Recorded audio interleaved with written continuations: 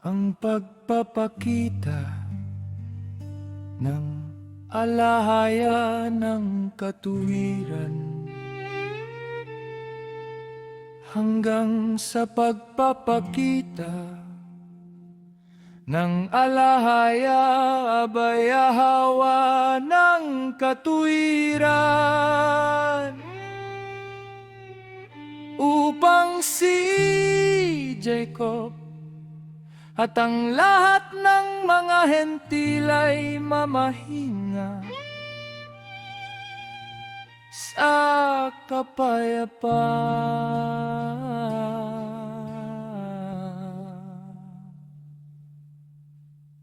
Ang pangako sa kaharian at kaniyang iingatan ng kapangyarihan ng aking kaharian magpakailanman, sapagkat sumumpa sa akin ang alahaya na hindi niya wawasakin ng kaharian mula sa aking lahi magpakailanman. Ang pagkabalisa sa kasamaan ngayon, labis ang aking dalamhati, aking mga anak, dahil sa inyong kahalayan at pangkukulam at pagsamba sa Diyos-Diyosan na inyong isasagawa laban sa kaharian, pagsunod sa mga may espiritong pamilyar, mga manghulat, mga demonyo ng kamalian.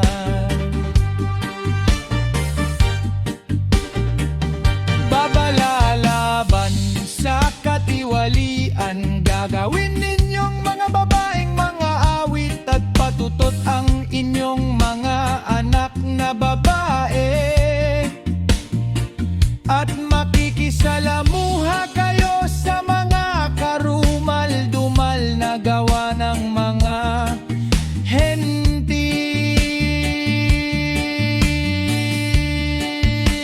Parusa sa kasalanan dahil sa mga bagay na ito,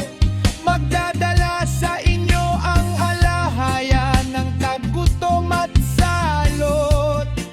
kamatayan at tabak, paglusob ng mga kaaway at pag-alipusta ng mga kaibigan,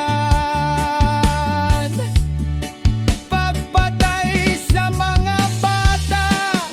pag-agaw sa mga asawa, pagnanakaw ng mga ari-arian, pagsunog sa templo ng alahayan, pagkasira ng lupain, pagkalipin ninyo sa gitna ng mga hentil.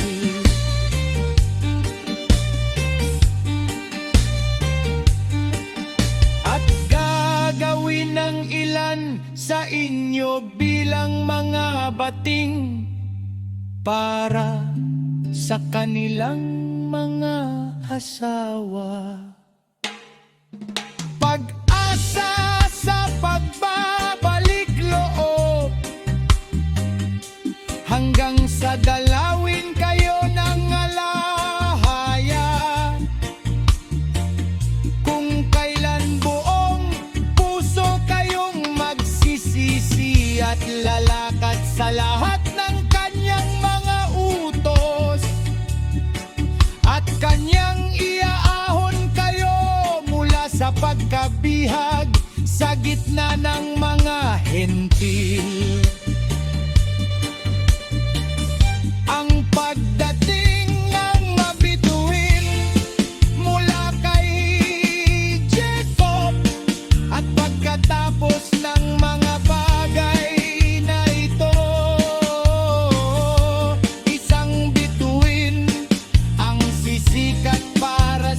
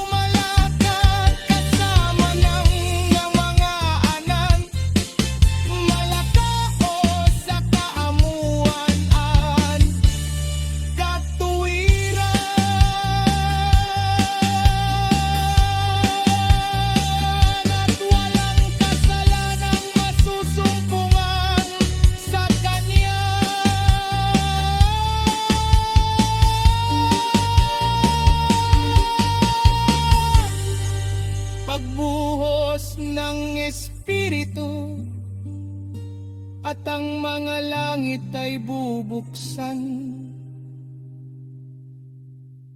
para sa Kanya, upang ibuhos ang Espiritu, ang basbas ng banal na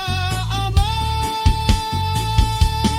Yahweh, at Kanyang ibubuhos ang Espiritu ng biyaya sa inyo, at kayo'y magiging Kanyang mga anak sa katotohanan, at kayo'y lalakad